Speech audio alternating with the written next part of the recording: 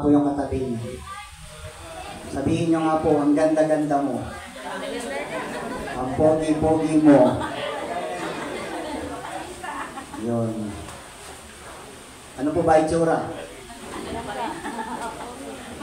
Maganda, pogi. Lahat naman po tayo maganda sa Panginoon. Kaya lang po, ngayong umaga, sabi ko nga parang hindi ako gano'ng makakanta. Umaga pa lang, talagang ang kaaway talagang titirahin at titirahin ka. Opo, para hindi ka makapagpatuloy sa Panginoon. Yung iyong pagtitimpi, talagang susubukin ka. Opo, kanina sa umaga pa lang, kanina umaga pa lang, talagang naghahanap na ako ng sapatos pa lang hinahanap ko. Opo, talaga namang hindi ko siya makita-kita. Sabi ko nga kung kailan ko gagamitin, tsaka mo hindi makita. Na kasi ang pinasusunod sa akin ni Pastora, yung itim na pantalon. Eh, siyempre, kailangan ko yung itim din na sapatos na, hindi ko po makita. Talagang sabi niya, pagtitimpi talaga. Hindi, talagang pipilitin mo kung hindi magalit eh. Kasi pagka nagalit ka, talaga namang hindi ka talaga makakapagpatuloy, hindi ka makakatayo dito. Siguro galit. Tapos habang kami nasa kalsada, overtake akong ganon, tricycle nandito, overtake, motor lang po ang kasalubong ko Kalahin niyo po ba yung motor? Ginitnaan pa akong ganon. Talagang ginitgit pa ako doon, papunta doon sa tricycle. Di po ba no? So pagtitimpi pa rin. Pero kung hindi po ako Kristiyano, sabi siya, mumurahin ko po yun. Opo, bababahin ko po yun, talagang bababagin ko. Kaya sabi nga, pagtitimpi. Tapos, pagpasok po namin dito kanina, pagliko pa lang po ganyan, meron po kami nakasabay na tricycle, may bitbit pang kawayan, nagmamadali kami sa oras. Sabi nito, patient. Patience, di ba? Pagtitimpi pa rin po talaga naman, sabi ko, nagkasabay-sabay. Kasi katulad kahapon, nag-practice kami kahapon, kompleto kami dito kahapon. Tapos kanina umaga, nag-chat ang isang kabataan na hindi siya makakatugtog kasi masakit ang kanyang ulo. So rattle pa rin ako ngayon. Kaya sabi ko nga parang nabigla ako na dun sa sitwasyon. Kaya kanina hindi ako gano'ng makakanta, hindi ako gano'ng makakanta. Ang dami pong pagsubok na dumaan. Talagang lilig-liging ka eh. Kahit sa mga kapatiran, noong nakakaraang linggo, talaga namang nililigling ng Panginoon. Talagang ang kaaway, talagang laging nakabantay na nakabantay. Ano po? Tayo nga po muna yung manalangin. Hallelujah. Purihin ka, Panginoon Diyos. Panginoon, tunay nga po, O Diyos, na kami, O Diyos, ay lumalapit sa iyo, Ama. Patawarin mo po kami, Panginoon, O Diyos. Kung saan kami, Panginoon, nagkukulang, Panginoon, O God. Maging sensitibo kami, Panginoon, O God, sa mga nangyayari, Panginoon, sa aming mga paligid, Panginoon, O God. Dalangin ko po, Panginoon, O Diyos, na kami, Panginoon, ay linisin mo, Panginoon, O Diyos, sa umagang ito, Panginoon. Alisin mo po, Panginoon, O Diyos, ang lahat ng hadlang, Panginoon, upang hindi kami makapagpuri, hindi kami makasamba, Panginoon, sa iyo, Ama. Lord, wasakin mo po, Panginoon, O Diyos, ang lahat ng gawa ng kaaway, sa pangalan ni Jesus, in Jesus' name, O God. Lord, huwag pong hayaan na kami po, Panginoon, ay maging talunan, Panginoon, O Diyos. Kundi ang tagumpay, Panginoon, na aming, Panginoon, tinanggap na ikaw, Panginoon, O Diyos, na buhay, ay aming nasa buhay, Panginoon, O God. Sa oras na ito, Ama, buksan mo po, Panginoon, O Diyos, ang aming espiritual na mga mata.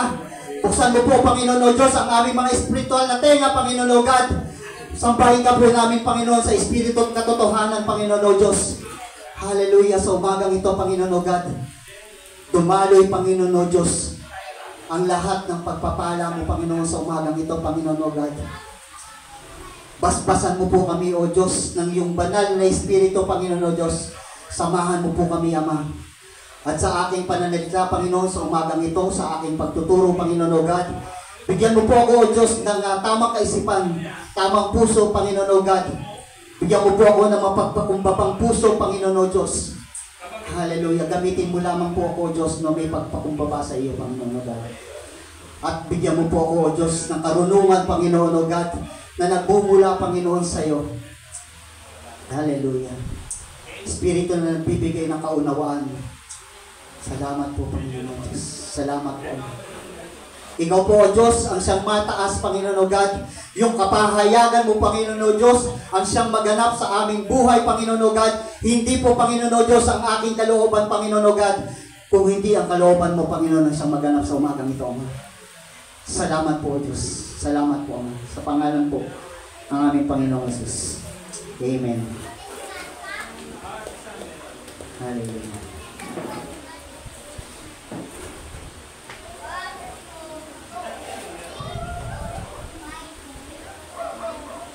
Hindi na po nagloloko yung ating mic, no? Bago na. Sa ating po kaya, tayo po kayong mga Kristiyano, bago na po ba tayo? Amen. Sabi nga, ang lahat ng tao, lahat ng bagay na, sabihin natin yung mga bagay na nabibili po natin, kapag ka po yan nagtatagal, di po ba, kapag kaya na bumagsak, maaaring magkaroon ng lamat. Di po ba, no? Gagawin naman po natin, re-repairing naman po natin. Yung sa patuloy po natin na pag-re-repair po na yun, ang kinalalabasan po, di ba, minsan pangit. Pangit na kasi, nagkaroon na po siya ng lamat eh. Di po ba, no? So ano po ang kailangan natin gawin? Papalitan po natin ng bago. Bibili po tayo, di ba? Para mas maging maganda po sa ating paningin. Di po ba? Ganon din po tayo sa harapan ng Panginoon. Tayo po, kung nasisira man tayo, binabago niya tayo. Di po ba? Yung dati po nating pagkatao, pinapalitan po niya ng bagong pagkatao. Di po ba?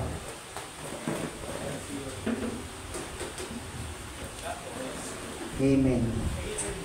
Kaya sabi ko nga kanina, talagang yung pangyayari talaga, sabi nga talagang kailangan mo talagang pagtiisan.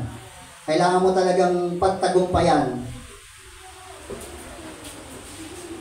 Hallelujah.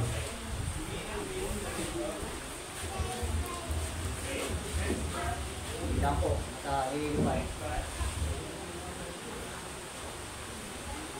ito po nga ating po pag-aaralan.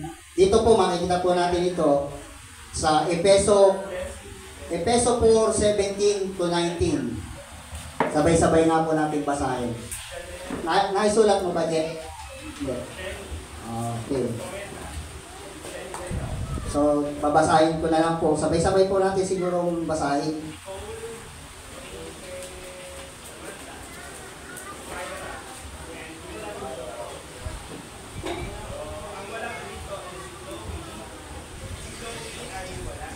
Nakita niyo na po ba?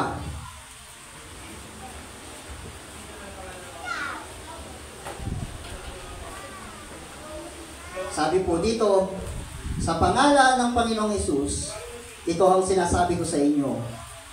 Huwag na kayong mamuhay tulad ng pamumuhay ng mga walang pananampalataya sa Diyos. Walang kabuluhan ang kanilang iniisip. At wala rin silang unawa dahil sa kanilang kamangmangan at katigasan ng ulo. Wala silang bahagi sa buhay sa kaloob ng Diyos. Sila'y maging alipin ng kahalayan at wala silang kahihiyan, kaunti man lamang. Wala silang inatupag, kundi pawang kalaswaan. Amen. Ito po ang ating pag-aaralan, pinagamagatan ko po itong ang bagong buhay kay Kristo. Alam naman po natin yan, ano? Madalas nyo naman po naririnig siguro yung 2 Korinto 5:17. Pamilyar na pamilyar po sa inyo yun. Sino po nakakaalam? Sino po? Pwede po bang kailangan dito sa harapan? Kung kabisado nyo ang 2 Corinthians 5:17. Sino po? Volunteer. Sige po, bibigyan ko po kayo ng premyo.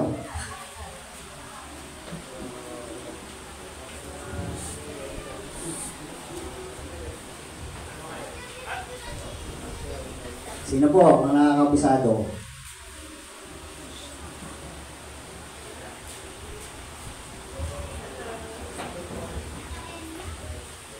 Sige po, babasahin ko na lang po.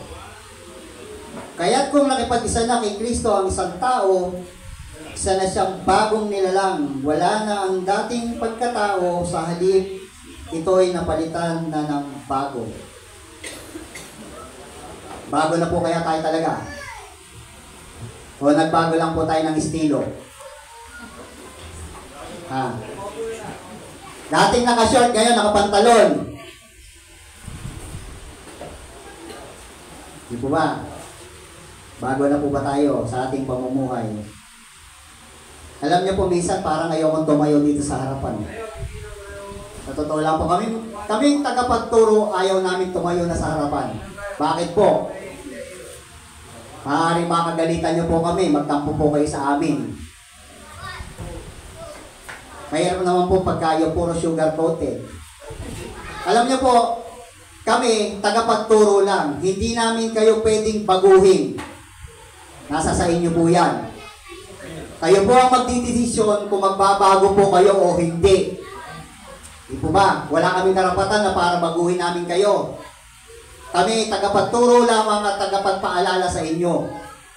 Kasi kung hindi po namin ito ituturo sa inyo, kami naman po ang may pananagutan sa aming Panginoon, sa ating Panginoon. Di po ba, no? Sasabihin sa amin ng Panginoon pagdating ng araw, alam nyo na mali iyon, bakit hindi nyo itinuturo? Di po ba? Sabi nga, ang salita ng Diyos ay parang tabak. Masakit tanggapin ang katotohanan. So, magkabilay talim eh. Kaya ganun po tayo mga tao. Binabago po tayo ng Panginoong Jesucristo. Kung tunay kang tumanggap. Di po ba? Sabi nga ng Panginoon, hindi lahat ng tumatawag sa akin, Ama ko, ay papasok sa kaharian ng Diyos. Kundi yun lamang gumaganap at tumutupad ng kautusan ng Diyos. Di po ba? Malinaw. Kaya mahirap pong tumayo dito eh. Nagkaroon pa ako ng punto. Ano ba? Tagalog na Tagalog. Di ba? Sabi nga po doon sa unang putos, huwag na kayong mamuhay tulad ng mga hindi sumasampalataya. Aray ko. Sabi doon sa verse 17, kaya kung sorry po. Nasa ano pa po pala ako. Yan. Dapat nasa Efeso ako. Sabi po doon sa verse 17, sa pangalan ng Panginoon, ito'y pinasasabi ko sa inyo, huwag na kayong mamuhay tulad ng pamumuhay ng walang pananampalataya sa Diyos. Walang kabuluhan ang kanilang iniisip. Yun. Sabi, huwag kang mamuhay tulad ng mga hindi sumasampalataya. Sabi nga, mamuhay tulad ni Kristo. Paano po ba ang mamuhay tulad ni Kristo? Alam niyo po minsan, ako naranasan ko rin ito ganito eh. Nung araw, born again na rin po ako. Sabi ko po sa inyo, kasama ko pa rin mananampalataya din ha. Kristiyano din. Ewan ko kung sa puso lang din kami o sa muso. Na tinanggap namin ng Panginoong Jesucristo. Kasi po, kapag nagkita kami, mananampalataya kami, alam niyo po ba pinag-uusapan namin? Saan tayo pupuntang place? Saan inuman tayo pupunta? Inuman po ah. Biruin mo, Kristiyano. Matatawag po ba kami Kristiyano nun? Sa tingin niyo po? Bakit po? Hindi po kami tunay, di ba? Kasi nga, ang gawa namin, sa sanlibutan pa rin po kami. Diba? Wala kami pinakaiba doon sa mga hindi nananampalataya. Wala rin kami pagbabago. Sabi ko nga po, nung ako'y umiinom, talaga namang uwi ako talagang lasing eh. Hindi ako nalasing sa espiritu. Sa espiritu lang alak ako nalasing. Di po ba no? Buhay ba yun ni Kristo na tinanggap natin? Di po ba no? Parang hindi eh. Alam niyo po, nung ma-encounter ko si Lord, doon ko pa lang po naunawaan na ang aking tinanggap po pala ay banal. Biruin niyo po, ang pinambayad po sa atin, ay walang katumbas na halaga. Ano po ba yun? Di ba po ang dugo na dumaloy sa kanyang mga katawan? Yung mga sugat na kanyang tinanggap. Di po ba? Pero ang ginawa ko po, binibigyan ko po siya ng kahihiyan. Na dapat makita sa akin ang tunay na pagiging Kristiyano pero hindi ko ginagawa. Ganyan pa po ba tayo? Sabihin niyo po sa katabi niyo, noon yun, hindi na ngayon. Ayan, narinig kayo ng kaaway, ha? Tandaan niyo yan. Narinig kayo ng kaaway. Sabi po sa Efeso 2:13, Efeso 2:3.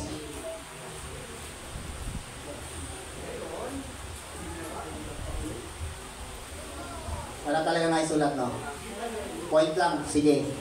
Okay lang po.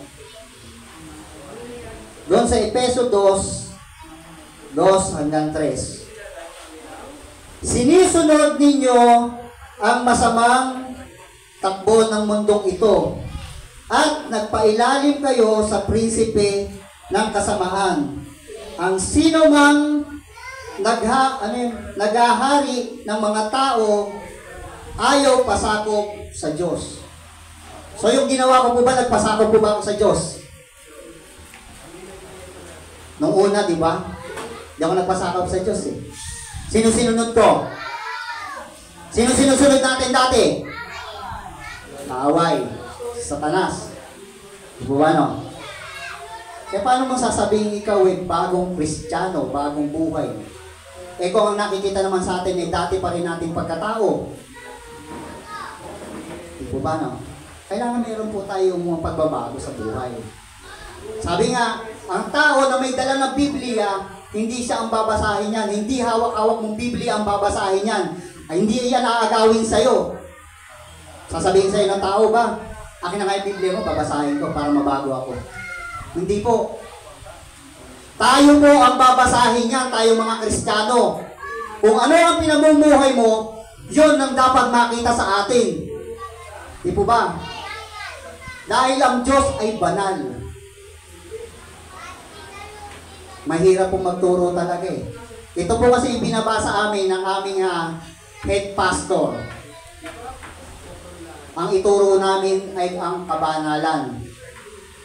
So paano po tayo magiging banal kung hindi naman po natin tunay na tinatanggap ang ating Panginoong Jesucristo at hindi po natin siya pinamumuhay ng tama, ng ayos, at hindi tayo sumusunod sa kanyang kautusan. Hindi po ba? Kaya yung mga hindi natin pagsunod sa kautusan, yan ay ang kasalanan natin sa ating Panginoon. Yung mga kasinungalingan, yung mga ginagawa lang natin, yun lamang po ang nagiging bunga. Pero ang tunay na kasalanan natin ay ang hindi natin pagsunod sa ating Panginoon. Amen. Sa ating buhay, binibigyan natin siya ng kahihiyan. Kapag ka po tayo gumagawa ng kasalanan, kapag tayo ay nagpapatuloy, di po ba? Sabi nga po dito, kung tayo mamumuhay tulad ng mga tao sa mundo, hindi tayo mamumuhay ng isang buhay na karapat-dapat kay Kristo dahil ang iba ay kumikilos sa isang tiyak na paraan ay hindi dahilan kung bakit tayo dapat kumilos sa ganoong paraan. Ganon po ba tayo magkikilos? Yung ating pong kaparaanan, ang ating pong sinusunod. Minsan ang tatagal na nating Kristiyano, pag napagsabihan, galit. Kapag napangaralan, galit. Kapag ka napangaralan ulit, nagtatampo na. Patagal na po, ano? Sabi nga, kung talagang ikaw ay tunay na Kristiyano, tunay na ikaw ay tumanggap sa Panginoong Jesucristo, ano man ang maririnig mo, tanggapin mo dahil sa ipagpapabago ng iyong sarili. Diba? Sabi nga, ang Panginoon, kapag ka nagturo yan at namalo, ibig sabihin tinutuwid ka. Ibig sabihin, ikaw ay tunay na anak niya. Eh kung hindi ka tunay na anak ano pakialam niya sa'yo? Sa atin di mga magulang. Di po ba? Kapag ka po ang ating mga anak ay nagkasala, di po ba, minsan paparusahan natin, pinapangaralan natin, kasi mahal natin sila. Anak natin sila, ang turing natin, hindi naman sila ibang tao sa atin. Anak tayo, ganun din tayo sa harapan ng Panginoon. Mga anak niya po tayo. Amen. Ngayon, kung hindi ka naman anak, kanino kang anak? Kanino po ba? Alam niya na. Minsan, nakikipag-compromise tayo sa iba. Sabihin, example ko na lang ulit ang aking sarili. Parang ayoko kasi mag-sample ng iba Parang, alam niyo po ba sabi ko nga, mahirap tumayo dito Nung araw, kapag tinawag ako ng aking mga kumpare, kumare, alam niyo na po, kung ano kasunod nun. Di po ba, Tapos, kapag hindi ka sumunod, sasabihin sa'yo, parang hindi ka natunay na kumpare, Parang nilalayuan mo na kami. May mga sakit ba kami? Kung madalas ganyan maririnig mo. Ako naman ito, mababa naman ang aking kalooban. Mag-iisip naman ako ngayon. Sige na nga. Saan bang lugar? Ito na. Siyempre, pag natuto ka na sa harapan, kahit sabihin mong ayaw mong uminom, kahit sabihin mong tubig ka lang o juice, makakarinig ka. Sabihin sa'yo, pre, isa lang. Sige na, wala akong makakakita Sige na, tanggapin mo na yan. Isang bote lang. O kahit ito lang, isang tagay lang. Ikaw naman, mag-iisip ka naman na gano'n. Ako naman, nag-iisip ako gano'n.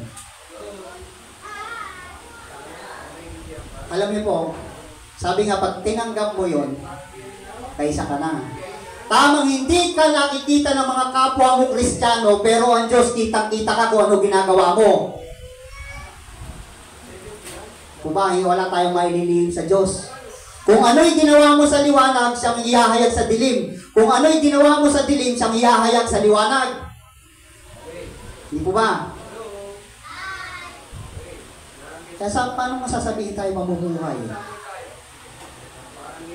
Sabi nga, doon sa ating title, ang bagong buhay kay Kristo.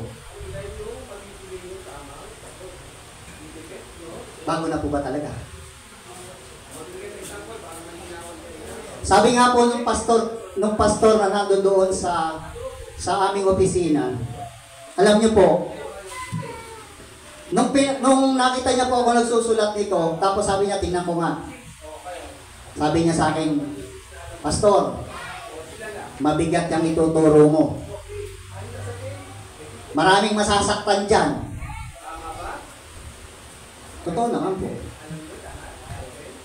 Kaya po pagka po ako umalis dito sa pulpito mamaya, peace po tayo ha. Baka po mamaya sabihin niyo sa akin, si pastor na may personal. Galit ako kay pastor. Bakit? Kasi tinamahan ako.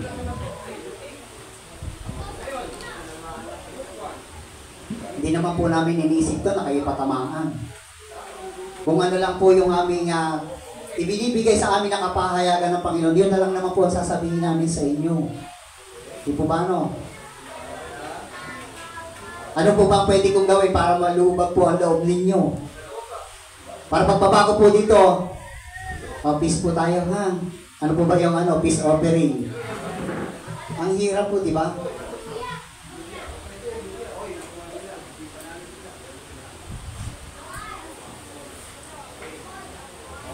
So, naligaw na yung aking nangahangin eh. Yan. Sabi nga po doon sa Roma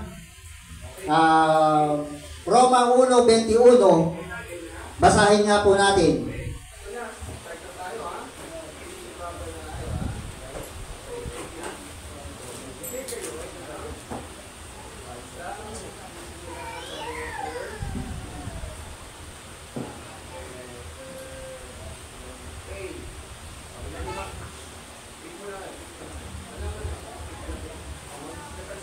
Roma 21. Roma 1:21.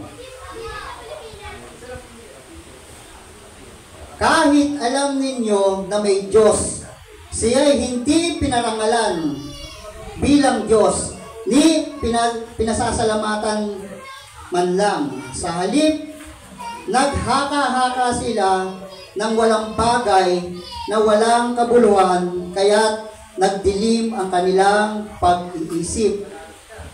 Paano po ba'y nagdilim ang pag-iisip? Yung po ba'y naloko na? Minsan po kasi ganito. Marami na po tayong katuruan na naririnig. Marami nang sinasabi sa atin ng mga tumatayo rito kahit sa ibang lugar. Minsan nakakarinig tayo sa isang radyo, TV. Di po ba, no?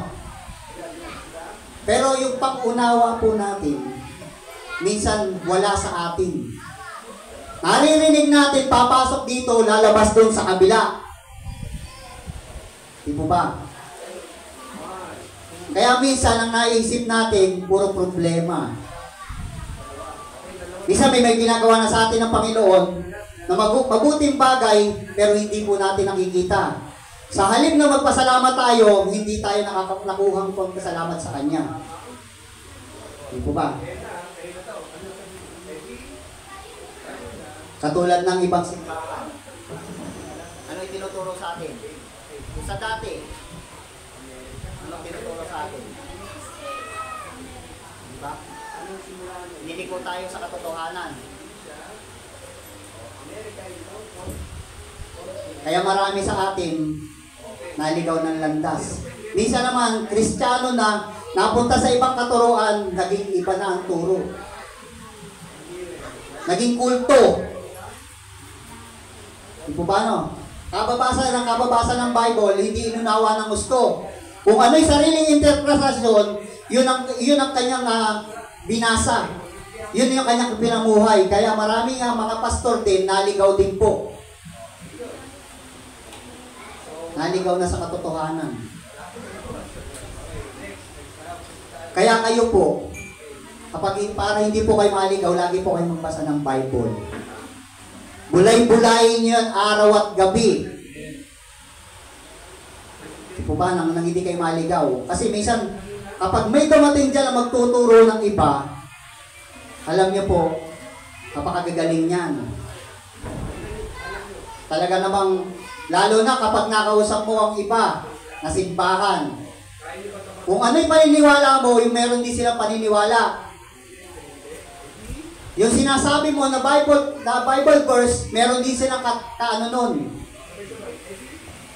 Kung baga sa meron din silang pambalik sa iyo. Kaya ikaw naman mag-iisip ka naman pagka hindi ka sanay sa Bible. Diba? Eh maaari ka maligaw. Talagang hindi ka makakapamuhay ng bagong pagkatao kay Kristo.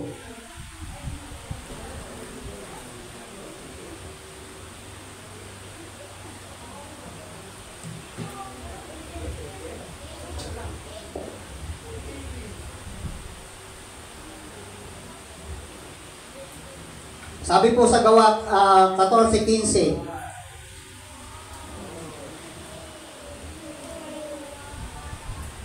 Tingnan niyo po sa Acts 14:15. Sa mga panahong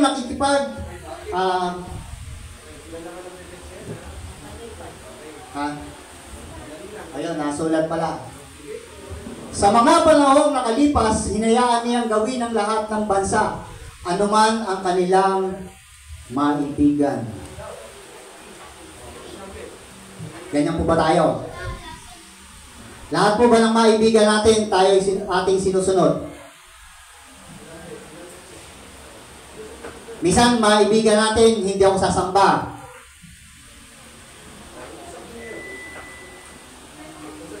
Aray.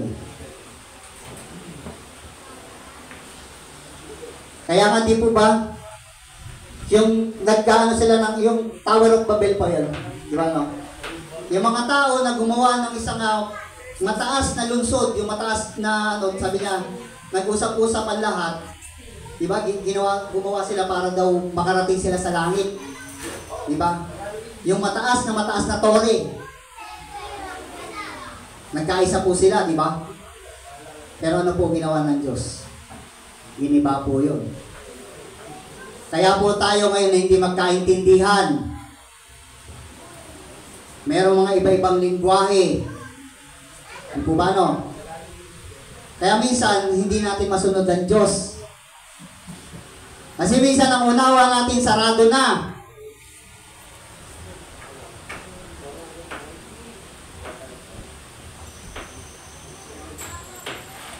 Pag naibigan kong minom, iinom ako.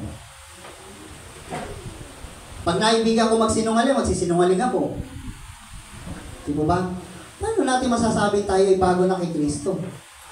Isa sa ating asawa lang nagsisinungaling na tayo. Paano ba kaya sa Diyos? Di po ba? Dalas kong gawin sa asawa ko yan ng araw. Ako'y nagduwa ng sinungaling. Nahuli na akong mga babae. Wala akong babae. Diba po, sinungaling? Ha? Di po ba, no? Sasabi ko kaya ako, pero ang alam ko nun, tumanggap na rin ako sa Panginoon Pero nakuha kong mga babae. Sinungaling, paano? Kaya sabi ko nga, talaga namang, ang buhay ko nung araw, talagang kung titingnan mo, napakarami ng buhay ko. Opo. Andiyan nasa drugs, sugal, babae, inom. Pero lang po sabong hindi ako marunong magsabong sa sugal. Pero lahat po yata ng beer house, napuntahan ko na. Totoo po yun. Nung ako naman ay mag-drugs, sabi ko po sa inyo, minsan dumating ako sa amin. Pag akyat ko sa bahay namin, alam niyo po ba, nagkakadali ako sa hagdan. Sabi ko, may pulis. Tago niyo ako, may manghuhuli sa akin. Kasi lulong ako sa drugs Ganun po ang buhay ko nung araw. Pero pasalamat po ako sa Panginoon. Ako'y hinango niya sa dilim. Hindi niya ako hinayaan sa dilim, bagkus inalis niya ako doon at nilagay niya ako sa kaliwanagan. Nung po pala, may pagkatawag sa akin. Di po ba? Hindi ko ginusto na maging pastor. Ang buhay ng pastor, mahirap. Lalo na kung magpo-full time ako. Ha? Sino gusto magpastor? Bibigay ko pa sa inyo. Di po ba? Para akong ano nito Lahat ng problema, sakop ko po. Kapag may problema sa kapatiran, ito na, problema na ako katulad kahapon. Sabi ko sa inyo, may problema mga kapatiran sa kapatiran, hindi ko mabigyan ng solusyon.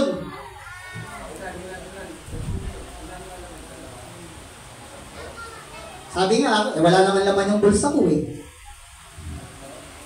Ay, yung tinatanggap ko dito, na ibibigay ko rin po kung sino po yung gusto mong humingi ng tulong. Minsan, nabono pa po ako. Di po ba, no? Sino gusto mong pastor? Ang hirap. Pero sabi nga, sa habag at awa ng Panginoon, nandito ako ngayon sa inyo, nakatayo pa rin. Sabihin niyo sa akin, pag meron kayo nakikita hindi maganda sa akin, pwede naman po niyo ako sabihan. Kaya lang, wag lang naman po doon sa ibo-broadcast ninyo, no? Sabi nga, mahirap magturo kapag ka ang nagtuturo ay wala rin pagbabago sa buhay. Paano niyo ako susundin? Susundin niyo ba kami ni Pastora kung may nakikita kayo mali sa amin? Kung may nakikita kayong pangit sa amin, siguro yung pangit lang ng mukha. Ano? Natural po yun. Pero sa harapan ng Panginoon, di ba maganda naman tayong lahat? Amen. Kung titingnan lang po natin yung panlabas na kanyuan, sabi nga, tiger look lagi yan eh. Di ba ba? Tingnan mo mukha ni Sister Mildred. Pag titingnan mo yan, kala mo matapang na matapang yan. Pero pagdating sa kalooban, mababang loob. Diba? Kaya hindi tayo titingin doon sa panlabas na kainyuan. Kaya yun ang titingnan sa atin. Kung paano ka binago ni Kristo, ganon din dapat ang gagawin mo. Kung ano yung nilalakaran ni Kristo, yun din ang dapat nating lakaran. Amen. Yun ang sinasabing bagong buhay kay Kristo. Laging sabik sa gawain. Kapag nakarinig ng Bible study, sama ko dyan. Yun. Kapag ka prayer meeting, kayo na lang, maglalaba ako. Aroy. Ayun na lang, masama pakiramdam ko. Okay lang yun kung talagang nilalagnat kayo, talagang hindi ka makabangon. Pero yung kung yung lagnat laki lang, ay hindi ka tunay na Kristiyano. Kumbaga sa hindi mo dinidesire na yung pag-ibig sa inyo ng Kristo ay wala. Di po ba, no? Wala sa atin yung pag-ibig ng Kristo pag gano'n. Ang sinusunod mo pa rin sarili mo. Sarili ko, sarili natin. Walang exempted dito, ha? Kahit ako.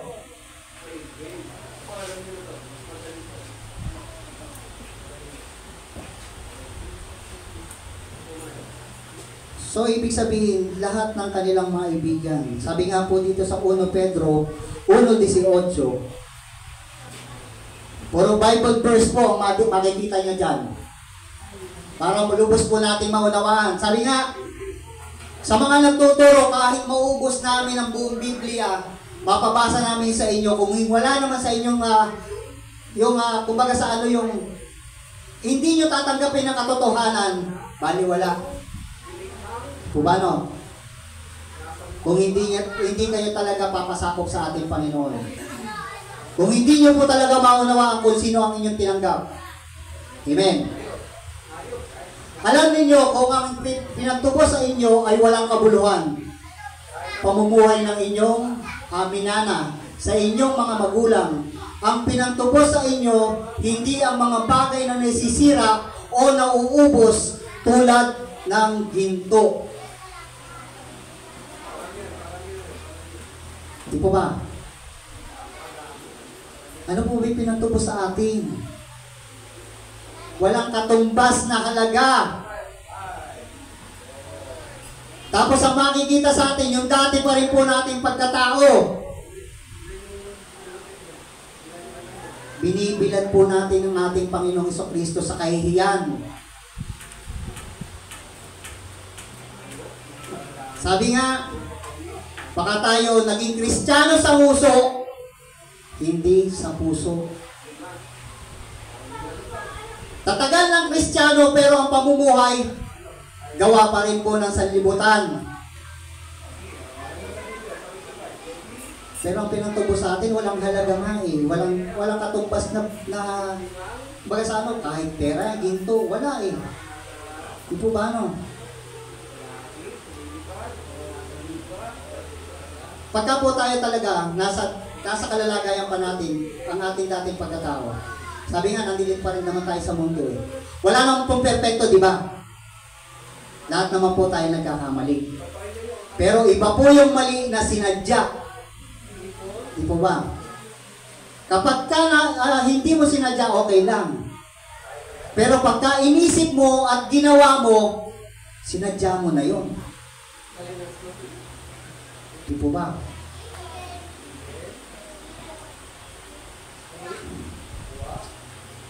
Amen. Marami sa mundo ang pinagmamalaki ang kanilang sarili sa kanilang kakayahang mag-isip at pasensya na po kayo, medyo ang aking mata ay talagang pagka nakatutok ng matagal, nagluluha.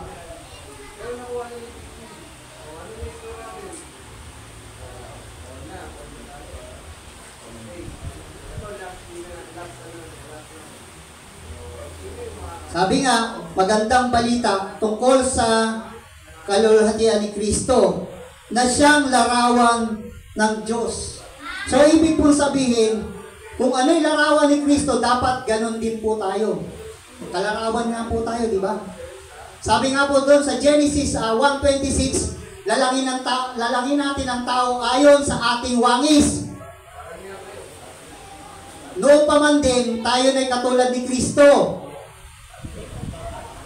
Di po ba? Kaya lang, nagpalin lang tayo eh. Kaya tayo bumagsak sa kasalanan.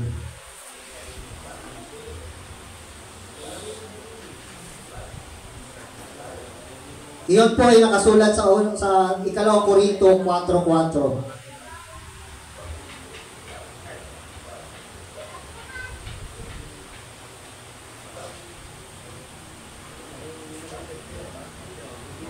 Ay, sorry. Medyo yan. Naiba na po pala ng ano. Yan. At ba naman kasi tinatanggal mo yung aking pangpatong eh. Pandagan pala.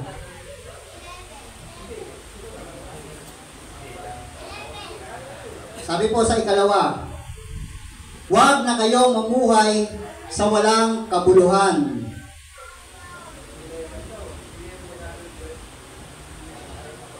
Kabuluhan kanilang iniisip, pamumuhay ng iyong minana sa inyong mga magulang, ang ipinagtubo sa iyo ay iba pala yun. Sorry. Sa 2 puntos na tayo, Brad. Nililigaw mo ako.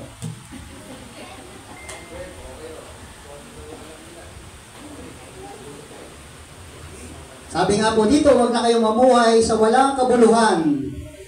Ay ang kanilang iniisip at walang silang pang-unawa.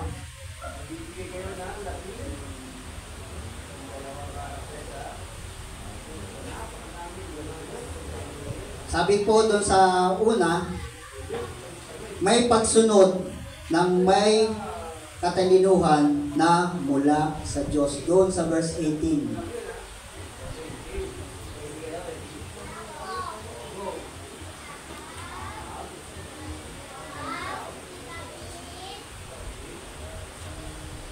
Ano ba yun?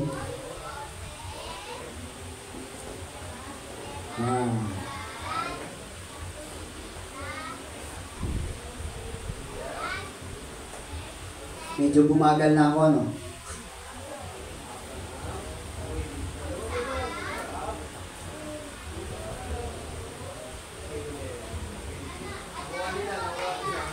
Sabi nga po dito, at wala silang pangunawa dahil sa kanilang kamangmangan at katigasan ng ulo. Wala silang bahagi sa buhay na kaloob ng Diyos.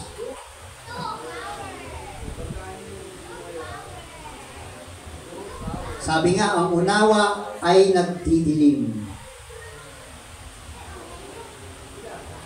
Sino po ang nakakita na ng dilim? Lahat naman tayo nakakita ng dilim. May mata tayo. Pero lang talaga pagka yung nasa liwanag.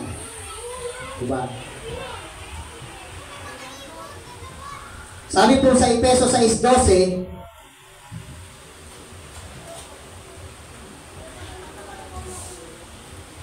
ay ano lang po pala yun. 6:12. At wala silang pangunawa. Uy, ito mali.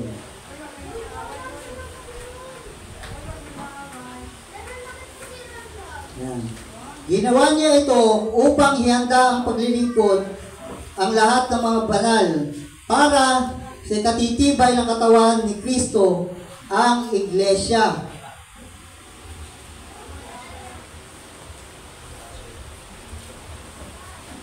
Uy, saan ba nakapunta? Yun. Sorry po, sorry. Yun nga po pala. Sabi nga, sapagkat hindi tayo nakikipaglaban sa mga tao, kundi sa mga pinuno ng mga may kapangyarihan, sa mga tagapamahala ng kadilibang umiiral sa sanlibutan ito, sa mga hukbong espiritual, ang kasamaan sa himpapawid. Amen. Sabi nga tayo, lahat tayo ay makasalanan. Walang perpekto. Sabi nga po doon sa Roma 6:23 at 3:23. Diba, ang sabi po doon, ang lahat ay nagkasala. Di po ba? Walang nakabot sa kaluwalhatian ng Panginoon. So kung yung tao sa ating mga kapatiran, kapag ka po tayo ay sabihin na natin, tatagal na natin Kristiyano, pero pagka yung napag-usapan ng isang tao, galit. Di po ba, no? Samantalang hindi naman yung nakaaway natin. Sabi nga doon sa tao, ikaw, pag nakita kita, tandaan mo yan! Galit na galit. Kaya marami sa ating matitiso rin. Di po ba? Ganyan tayo eh. Lagi tayo pagka nakakita tayo ng hindi ka nais-nais doon sa ating kapatiran, tisod. Natitisod ka agad tayo kasi nakatingin na, naglalakad. Mataas ang tingin sa sarili.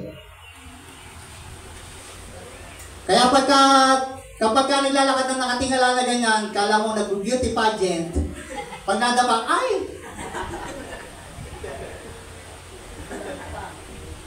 Di po ba? Kasi hindi tinitingnan yung nilalakaran. Hindi niya tinitingnan ang kanyang sarili. Lagi yung sarili ang tinitingnan. Magaling ako. Mas maganda ako sa inyo. Kaya yung kaaway, alam niyo po ba? Gagawin sa inyo ng kaaway. Kung ano yung ayaw ninyo doon sa tao, sabi nga, susulsulang ka niyan. Sige, gawin mo, marahin mo. Hindi. Ganyanin ka niyan. Pero ang sabi nga doon sa Biblia, hindi naman yan ang kaaway natin. Hindi naman yung tao na yan. Hindi yung asawa ko ang kaaway ko. Minsan nagbubungangaan kami.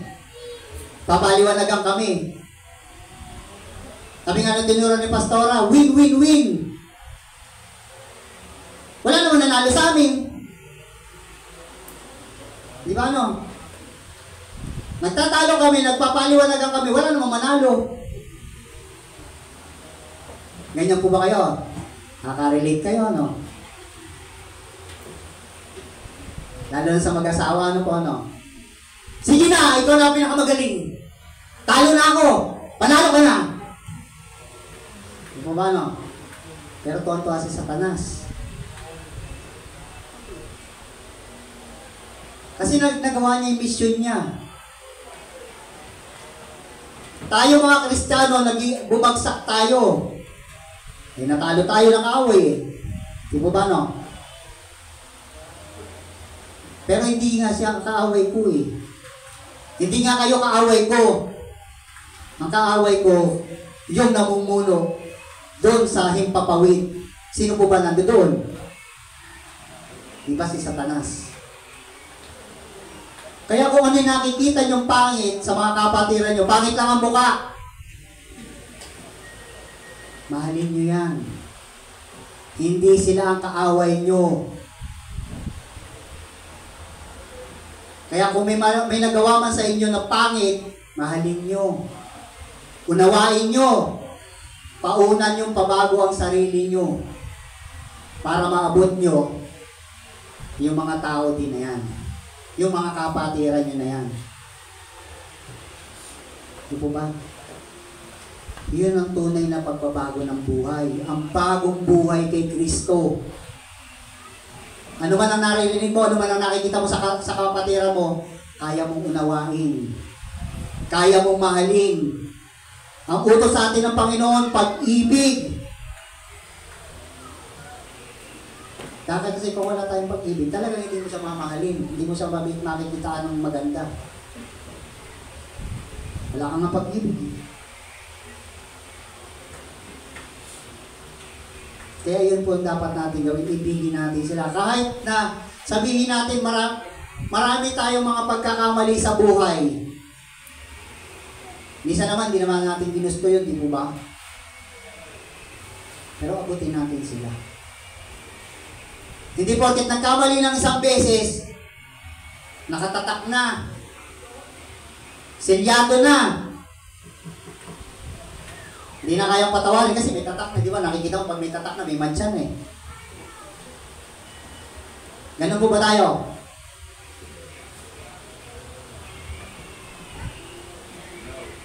Di po ba pag nagsuot ka ng puting damit, ang makikita mo dyan pagka puting-puti. Pero pagkaroon ng mancha, di ba pangit na sa paningin mo?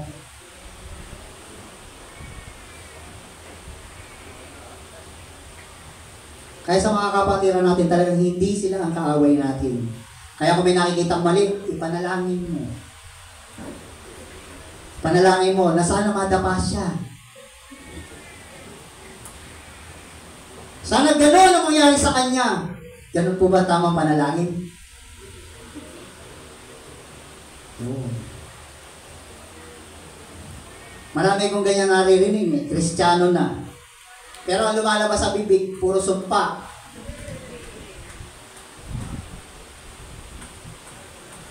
Magbago na po tayo ng kaisipan. Mamuhay tayo bilang bagong nilalang na kasama si Kristo.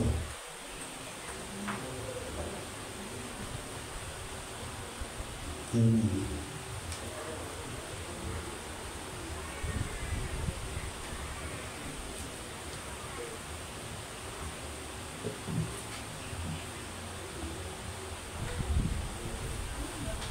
Basahin din po natin ang awit 82:5. Okay lang po ba sa inyo? 2 oras ako magpipreach dito.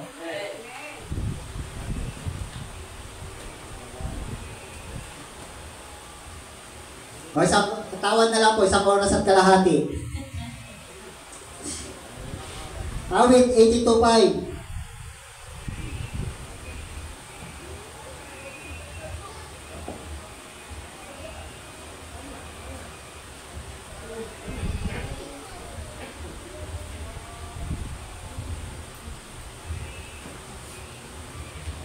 Anong pagkamangmang ninyo? Wala kayong nalalaman.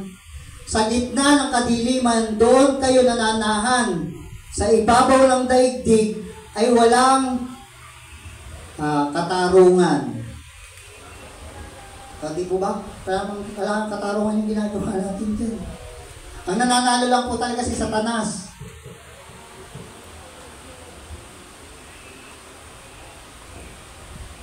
Sa Juan 1:5. Ano ba yan?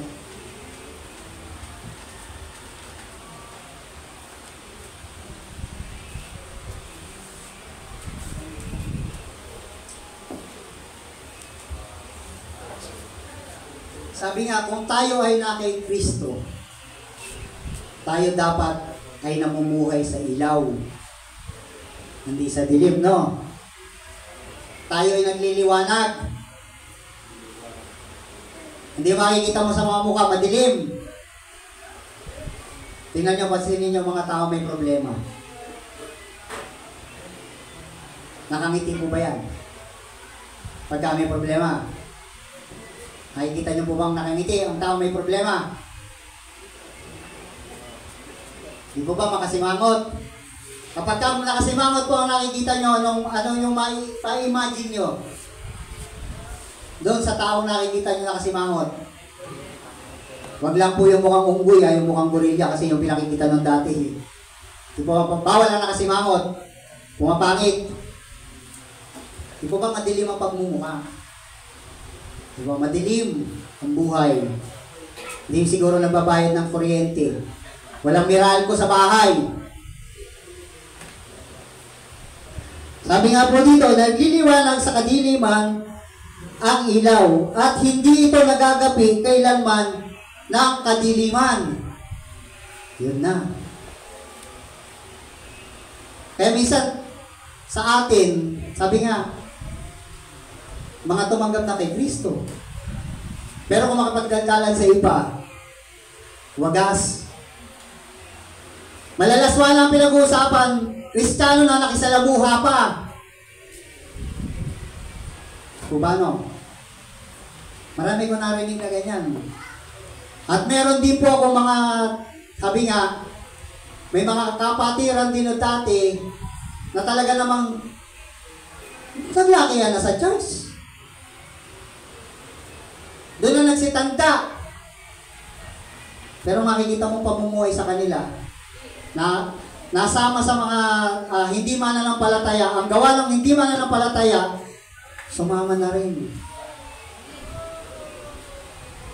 Pero active sa church. Pero yung ilaw na mamatay. Ha? Sunday Christian lang. Sino sa inyo dito? Taas ang kamay. Ako na lang. Diba lang? Nasa kaliwanagan na eh. Alam mo ba nagpunta pa sa dilim? Nakipag-compromise pa doon. Alam niyo po ba kung saan pa nagpupunta? Sabi ko nga sa inyo nung araw, ako sa beer house kayo nagpupunta eh. Kampay! Hindi, tagay pa. Kaya tayo minsan, kapag tayo may nakausap na ibang tao na hindi mananampalataya, kapag kinayag mo yan, sabihin sa'yo, hindi nga. Diba ba no? Ganun, minsan reaction. Lalo na pagkapit-bahay mo. Kapag ka ikaw ay nakikita ng ginagawa mo ay hindi ka lugod-lugod din sa Diyos, meron ka ba makakay? Di po ba wala? Sabihin pa sa'yo, saka na lang ko sasama sa'yo pag nagbago ka na. Di po ba no? Saka na lang ako pupunta, saka na lang ako sasama sa iyo sa church kapag ka bago ka na. Nagbagong daan ka na, hindi dating daan. Diba? Yun po ang buhay kay Kristo na binago. Hindi na namumuhay sa dilim, kundi ikaw ay nagliliwanag sa lahat ng tao. Hindi ka nakikitaan ng pangit, hindi ka nagiging katitisuran sa iba.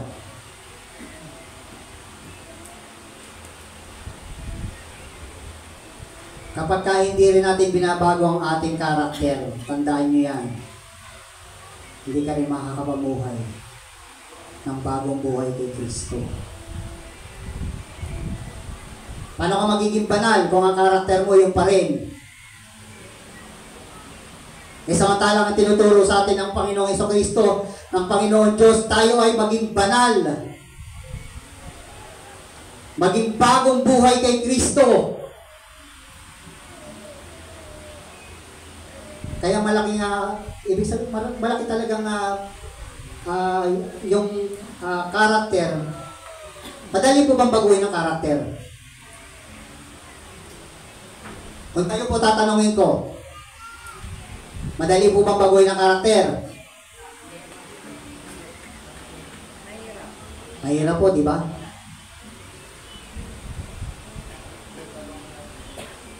Kasi nga minsan, yung nasa isip natin, yun ang sinusunod natin.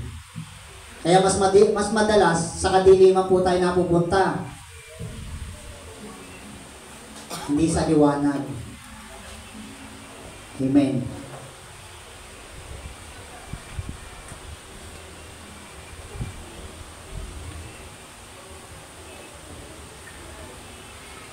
Juan 3:19.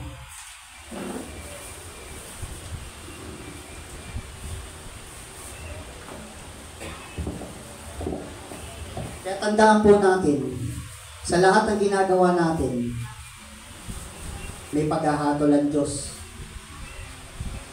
Sabi nga lahat, di po ba may kabayaran?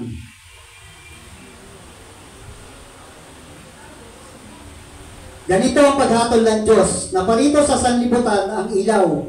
Ngunit inibig pa nila ang mga tao ang dilim kaysa sa liwanag, sapagkat masama ang kanilang mga gawa. Right. Gawa 26:18. Ano nangyari?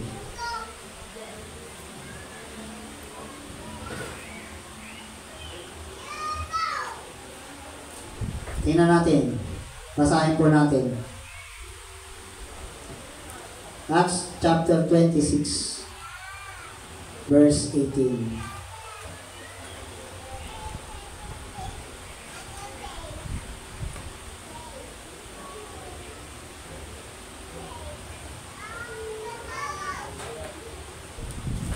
Ano ba? 26. Ha? 26:12. Okay.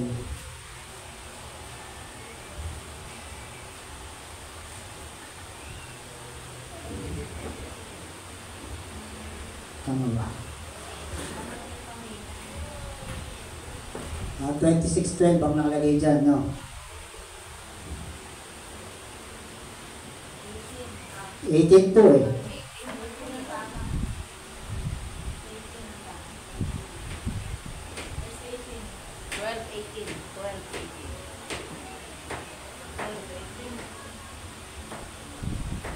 Tama ba?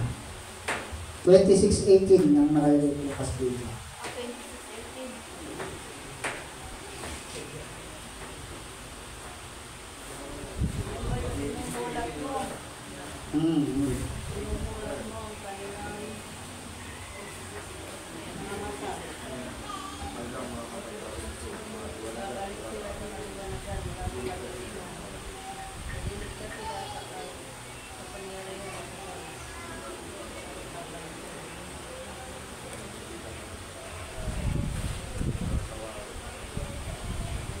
Tama po ba? 26:18 na. Sige po. Pasahin naman po natin sa 2 Korinto 4:4. Tama po dito. Nililigaw na naman ako ng hangin.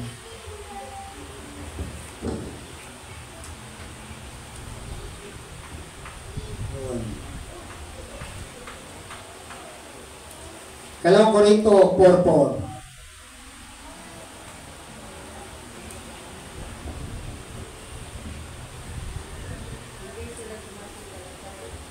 Hindi sila sumasampalataya sapagkat ang kanilang isip ay binulag ng Diyos ng kasamaan sa daigdig na ito upang hindi nila makita ang liwanag ng magandang balita tungkol sa kalwalhatian ni Kristo na siyang larawan ng Diyos. Kaya minsan sa atin, tayo mga Kristiyano, pag sabihin na natin tayo naghahayag ng mabuting balita sa ating kapwa, minsan di tayo paniwalaan. Kasi nga hindi sa atin nakikita yung kaliwanagan. Nag-share tayo, minsan para pinagtatawanan lang tayo. Pero naman yung iba naman, minsan naman talaga pagka sinabihan mo sila, pinaunawa mo sa kanila ang Biblia, sasabihin sa iyo, relihiyon. Ay, hindi na po. Doon na lang po ako sa dati kong relihiyon. Diba madalas ganyan naririnig natin? Nare-reject na rin tayo ng mga tao. Kahit na nakikita rin sa atin yung magandang, sabi nga, yung nagre-reflect na rin sa atin yung buhay ni Kristo, pero yung mga ibang tao talagang nare-reject pa rin tayo. Di po ba, no? Kaya sabi nga, kahit na ganun pa rin, panatiliin na rin pa rin po natin sa ating mga sarili na tayo maging kalugod-lugod sa ating Panginoon. Mamuhay po tayo sa liwanag, wag po sa dilim. 1 Pedro 2:9. Ngunit kayo isang lahing pinili, mga maharlikang pari, isang bansang hinirang bayang pag-aari ng Diyos, pinili upang magpahayag ng mga kahangahangang ginawa niya. Siya ang tinawag sa inyo mula sa kadiliman patungo sa kanyang kahangahangang kaliwanagan. Sino po ba yung kahangahangang kaliwanagan? Kasi nasabi dito, ang Panginoong Hesukristo po ang siyang kaliwanagan sa ating buhay. Kaya kung ano yung pinamuhay ni Kristo dito sa lupa, bago siya umakyat sa langit, dapat po yun ang makita sa atin. Kaya nga, pinili po tayo. Hindi lamang po ako, ha? Hindi lamang po kami mga pastor ang pinili. May pagkatawag din po sa inyo. Hindi lamang po kami ang may tungkulin na magbahagi ng salita ng Diyos. May karapatan din po kayo. Hindi po ba? Kabilang po kayo sa bayan ng Israel na pinili ng ating Panginoon. Hindi pagka mayroong nagkasakit, tawagin mo si pastor. Pag-pray mo. Pag-pray mo natin, sabihin natin, tawagin mo si pastor para may pag-pray. Sino po ba tinanggap natin? Di po ba tayo binago na ng ating Panginoong Hesukristo? So, meron kang kapangyarihan na ikaw ay mag-pray sa kanila, maaaring makapagpagaling ka pa sa kanila. Diba? Hindi pagka nagkaroon ng sakit, tawagin mo nga si pastor, ipag-pray natin. Katamaran po yun. Tinatamad ka lang manalangin doon sa kapatiran mo. Di po ba, no? Tama?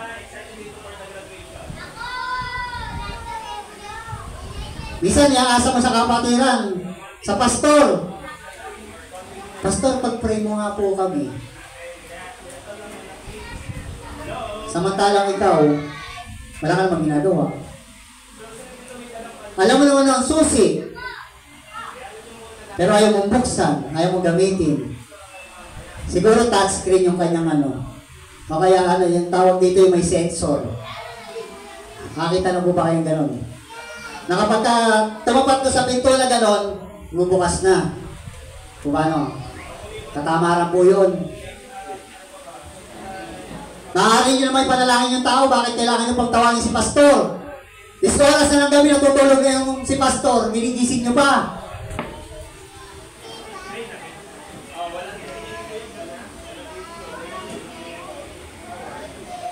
Pero yung pastor naman, hindi naman makatanggi.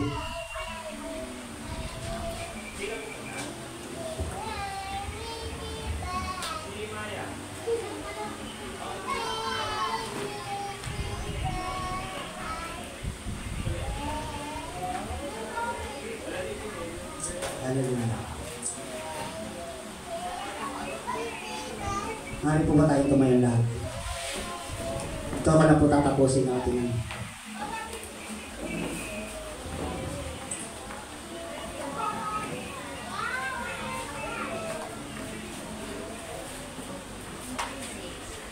Sa atin po ba mga buhay, kailangan po bang paulit-ulit? Kailangan pa ba natin na mauubos muna natin lahat ng talata ng Biblia bago tayo sumunod? Oo, nandiyan dyan ang mga problema. Lahat naman, dinadanas naman ng tao yan. Pero dapat hindi po tayo manatili sa ganun. Sabi nga, kung tunay natin tinanggap ang ating Panginoon, dapat tayo bago ng nilalang. Wala na yung dati nating pagkatao. Hindi na dapat tayo nakikitaan ng gawa ng mga walang saysay, walang kabuluhan na gawa ng mundong ito. Sapagkat ang gawa ng mundong ito, mapapahama ka lang.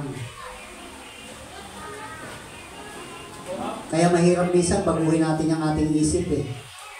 Talaga namang lahat ng kagulumihanan ilalagay sa iyo niyan. Lahat ng problema ilalagay sa iyo niyan. Sinisiksik dyan. Alam niyo po ba ang ating pag-iisip? Diyan po nananahan ang ating Panginoon. Kaya nga pilit na sumisiksik sa atin si Satanas dyan sa isipan mo. Kaya nakikiagaw siya. Yan ang sinisira niya kasi alam niya nandiyan ang ating Panginoon. Kaya nga kung hindi mo rin babaguhin ang puso mo, hindi mo babaguhin ang karakter mo, hindi ka makakapamuhay ng bagong buhay kay Kristo.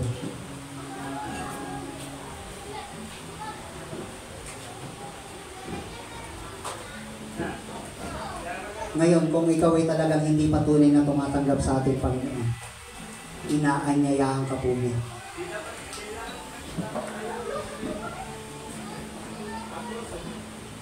Upang makalaya po tayo. Ang Diyos ay laging nagbibigay po sa atin ng pag-asa. Pwede kanyang palayain sa lahat ng sakit, karamdaman, lahat ng hirap, problema. Kaya kanyang palayain. Kaya niyang baguhin ang buhay mo.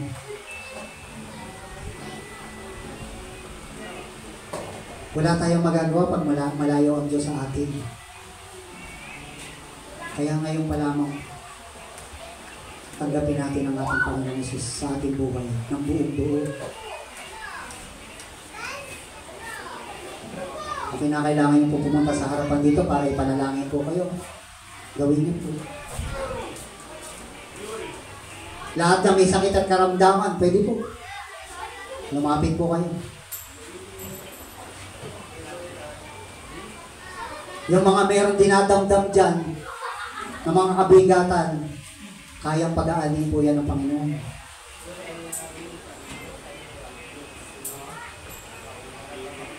Amen.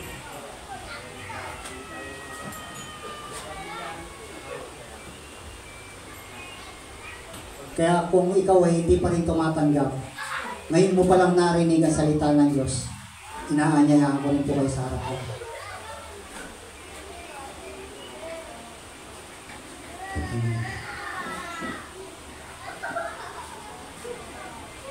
Dahil alam naman po natin, kung pwede lang makapagpabago po sa atin, ay ang ating Panginoong Jesus. Walang ibang pwedeng makapagpabago sa atin. Kahit mismo ating sarili hindi natin kayang baguhin kung hindi tayo mapapasakop sa ating Panginoon.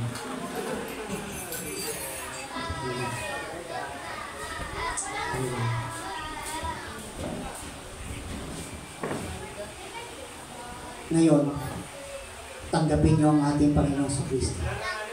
Sige po, sabihin, Panginoon, tinatanggap po kayo sa aking buhay. Ako po ay naging makasalanan at ang sinusunod ko po ay ang takbo ng sanlibutan ito. Kaya Lord, patawarin mo po kami. Sige po, hingin niyo po ng tawad sa ating Panginoon. Handa po siyang makinig. Buksan niyo lamang po ang inyong mga puso ng buong buo. Sabi nga, siya papasok sa iyong sa iyong buhay. Amen. Amen. Hallelujah. Panginoon, maraming salamat po, Ama. Salamat po, Diyos, sa mga buhay, Panginoon, na tumayo rito, Panginoon, O God. Maraming salamat po, Panginoon, O God, na sila po, O Diyos, ay nag-desire, Panginoon, O God, na isuko nila ang kanilang mga sarili sa iyo, Panginoon, O God. Baguhin mo po, Panginoon, O Diyos, ang kanilang mga buhay, Panginoon, O God. Lord, samahan mo po, Panginoon, kami. Samahan mo po sila, Panginoon, O God. Tinanggap ka po nila, Panginoon, O God, bilang Panginoon at sariling tagapagligtas, Panginoon, O God. Kaya ang lahat, Panginoon, O Diyos, ng sakit at karamdaman, Panginoon, O God, Lord, pinagaling mo na sila. Nung ikaw ay mamatay sa krus ng Kalbaryo, nung ikaw ay mapunta sa ilalim ng lupa, nung ikaw ay umakyat sa langit, dala-dala mo na lahat ng katagumpayan. Maging ang kagalingan, Panginoon, O Diyos, ay kanila nang tinanggap, Panginoon, O God. Amin ang tinanggap, Panginoon, O God. Maging ang kasalanan, Panginoon, O God, hinango mo kami doon, Panginoon, O God. Pinatawad mo po kami, Panginoon. Salamat po, Panginoon, O Diyos, sa mga kapatirang ito, Panginoon, O Diyos, na sila po, O Diyos, ay handang baguhin ang kanilang sarili. Kung sa amin lamang pong sarili, Panginoon, kaisipan, Panginoon, O Diyos, hindi namin kayang baguhin na ng aming sarili, Panginoon, kundi mo kami sasamahan at hindi mo pahihintulutan, Panginoon. Kaya, O Diyos, sa oras na ito, kumilos ka po, Panginoon, O Diyos, sa aming mga buhay. Alisin mo po, Panginoon, O Diyos, ang lahat ng karumihan, Panginoon, O God, na nakita mo, Panginoon, sa amin. Pakabanalin mo po kami, Panginoon, O God. Kaya ka po, Panginoon, hindi makalapit sa amin, kaya ikaw nakahiwalay sa amin. Dahil kami po, O Diyos, ay makasalanan, sapagkat ikaw ay banal. Kaya, O Diyos, sa oras nito, tinatanggap na namin, Panginoon, O God, upang kami makasama, Panginoon, O Diyos, dyan sa iyong kaharian. At hindi mo kami lalayuan, Panginoon, O God. Dahil ang kabanalan, Panginoon, O Diyos, ay aming ipamumuhay, Panginoon, O God. Salamat po, Panginoon, O Diyos, sa mga oras na ito, Panginoon, O Diyos. Salamat po. Salamat po, Ama. Purihin ka, O Diyos. Purihin ka, Ama. Sa pangalan po ng aming Panginoon Jesus. Amen, Lord. Amen.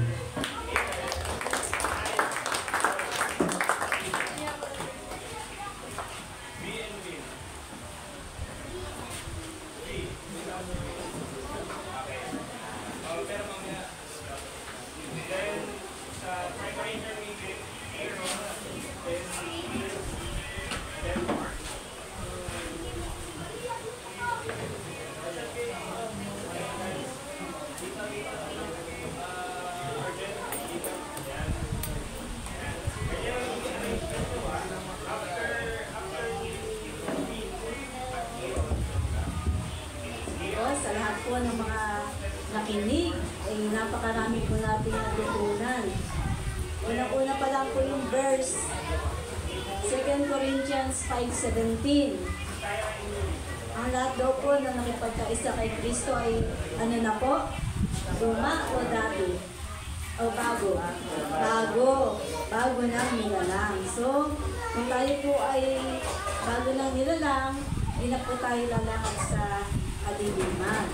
So, yun po, ang ganda po ng mga verse na yon, na tayo daw po ay lumakad sa kaliwanagan sapagkat ang Diyos po natin ay Diyos ng kaliwanagan. Yung kaliwanagan po, hindi na po tayo namumuhay sa hindi pagiging matrid. Nilalakaran na po natin yung pagkadaan patungo sa Panginoon. Hindi po katulad sinabi kami na wala na po tayo sa dating daan. So, hindi po tayo naninira sa ibang reliyon. Tayo po ay lumalakad na sa bagong daan patungo sa ating Panginoon. Nabuhay daw po tayo sa kabanalan. Ay tinawag po ng Diyos sa atin. Pagiging isang bagong nilalang, wala po taong makapagpapabago ng kanyang sarili. Maski sabihin niya po na siya ay mabait, ay hindi po niya rin po makukumpleto yung kanyang sarili. Malibang ang Diyos po ay sumasa kanya. So, yun po. darako na po tayo sa ating pagkakaloob bilang bahagi po ng ating pananambahan.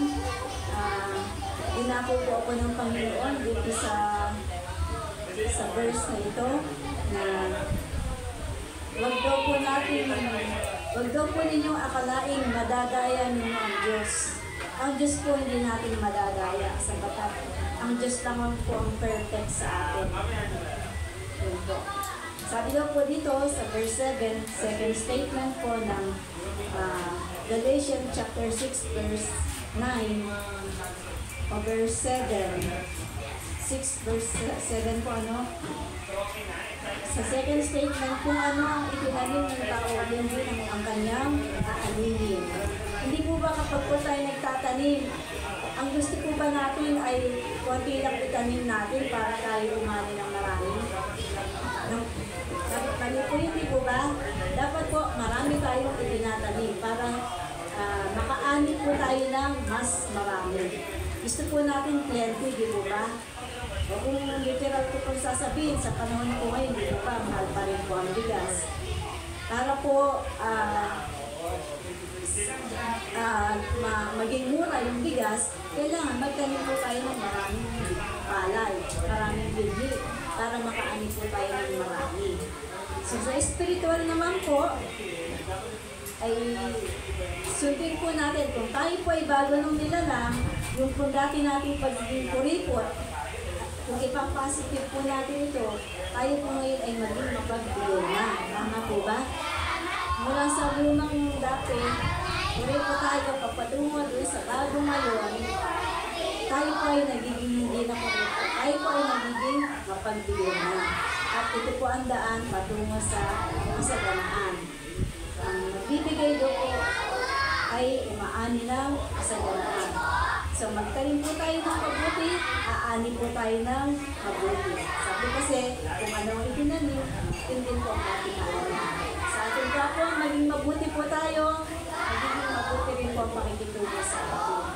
Sige po, kung nakahanda na po yung ating pagtatanim o yung pagkakaloob, ito po yung ating ipapanalangin. Panalangin na po natin. Amang Diyos na makapangyarihan sa lahat, salamat po Panginoon sa binagong buhay na ginawa mo sa amin, Panginoon. Mula po sa dati, Panginoon, kami po ngayon lumalakad na po sa kaliwanagan, Panginoon. Na siya po namang dapat namin lakaran sapagkat ito po ay patungo sa iyo, Panginoon. Isang buhay na may malinis na kalooban, isang buhay na may kabanalan patungo sa iyo, Panginoon. Isang daan lamang po ang itinuro mo sa amin, Panginoon. Bagamat makipot, Panginoon, subalit alam po namin, ito po ang tamang daan na dapat namin daanan, Panginoon. May kaakibat na pagtitiyaga, pagtitiis. At dalangin po namin, samahan po kami. Na huwag po kaming isuli ng kaaway, at twisod ng kaaway. Sabi ay makadiretso po kami sa magitan ng liwanag na kasama namin ang presensya. Nakatungo po kami sa daan na namin lakaran, Panginoon. Patungo po sa inyong direksyon, Panginoon, kung saan ay nakikita ka po namin ang mukhaan. At sa mga oras ng ito, Panginoon, pagpalain po ninyo ang mga bahagi ng aming maipagkakaloob, Panginoon, para sa inyo, Panginoon, buwan ng pagtatapat, Panginoon, naikaloob po namin ito sa inyo, Panginoon, at nawain, sumagana po, Panginoon, ang gawain namin, Panginoon, sa lugar na ito, Panginoon. Patunay na